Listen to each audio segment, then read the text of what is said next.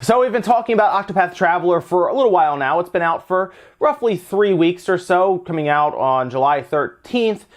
And it's an awesome game, as we talked about. It's a really good old school JRPG, and it works well for people like me who maybe were around back with the Super Nintendo RPGs like Final Fantasy VI, like a Chrono Trigger, right? It works really well for those kind of people who enjoy those games, and it seems to be a lot of people since, according to Square, and then even Nintendo Europe put out a tweet that I saw, they have shipped 1 million units in less than a month, in about 3 weeks.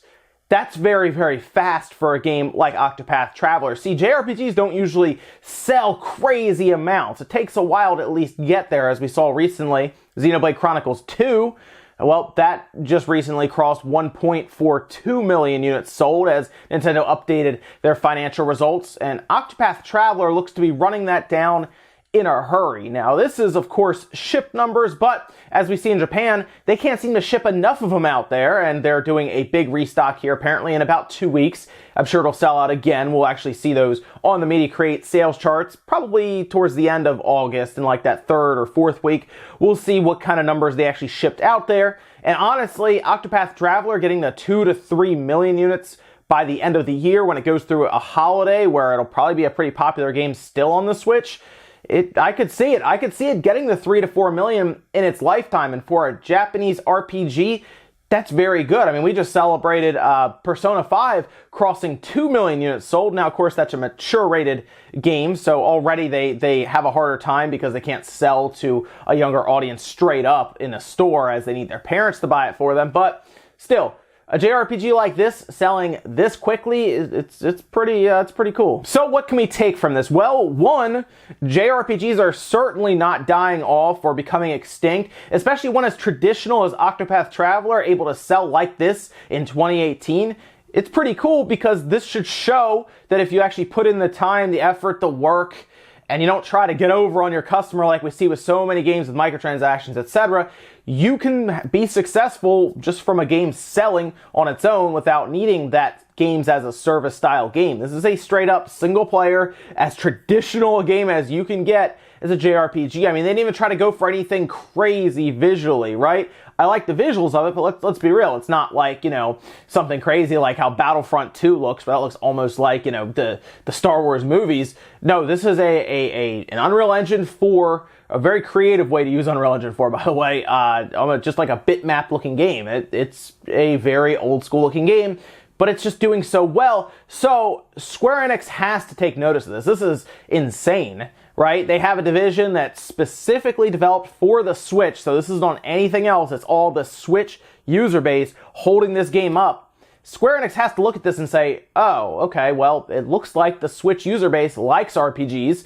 Maybe we should look into that. Yeah, maybe. Maybe that Secret of Mana collection, maybe that should actually leave Japan now, as while that probably wouldn't do something like what Octopath Traveler has done, as that has kind of been going on for a while now because they've released several demos, they've asked for feedback, and they've built it up pretty well kind of online. Like, I don't see commercials or anything for it, but they've done a good job building it up online with the Switch user base and kind of keeping them updated as they've gone along. I think if Square decided to put effort into another game like Octopath Traveler, not necessarily a sequel to Octopath Traveler, just another game, maybe even one that they revived from, back in the day. They have a lot of stuff that they could pull from, but if they tried again, I could see it doing just as well as Octopath Traveler if they kind of follow that same blueprint, that same kind of roadmap. And really, I guess that leaves us, what does this team do now? I assume they're already looking at what they can do for a sequel, probably some patch notes and stuff going forward, right? They did talk about how this game is complete, so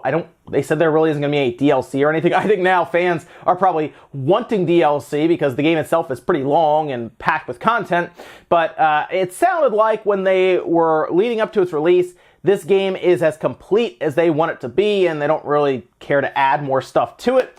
So I assume they're working on already kind of figuring out, unless they already had like sequels kind of thought of in their mind or ideas for games beforehand, they're probably starting to look at that as they patch, Octopath Traveler as they go forward with fixes and things like that, bugs and stuff. But yeah, more than likely, Square is already setting up their next game if they haven't already, and we can expect to either see a direct sequel to Octopath, maybe one kind of done in the same vein as Octopath, that's like a sequel to it using the same kind of battle mechanics while they kind of work out what else they can do, maybe with, I assume, a bigger budget, right? Square has to look at them and say, okay, wow, this sold 1 million units in 3 weeks.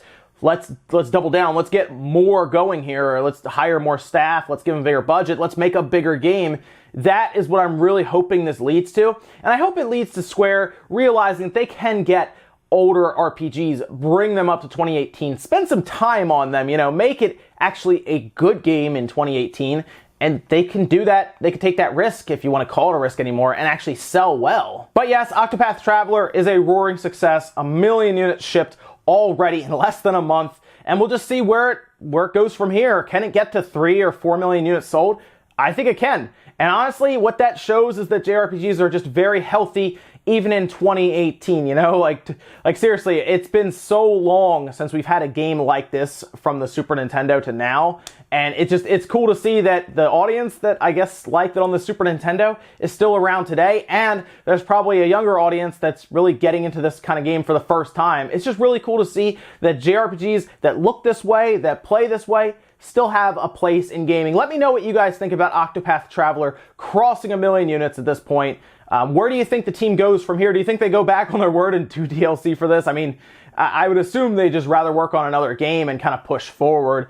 But hey, maybe the money is too good and they're like, well, we could easily get an extra $10 out of a lot of people for good content coming forward with DLC. I don't know if Square is going to do that, but I mean, I've seen what they've done with Final Fantasy 15, so who knows at this point. But let me know what you guys think about this down below. Make sure you like the video if you liked it, dislike it if not, and I'll see you guys in the next video.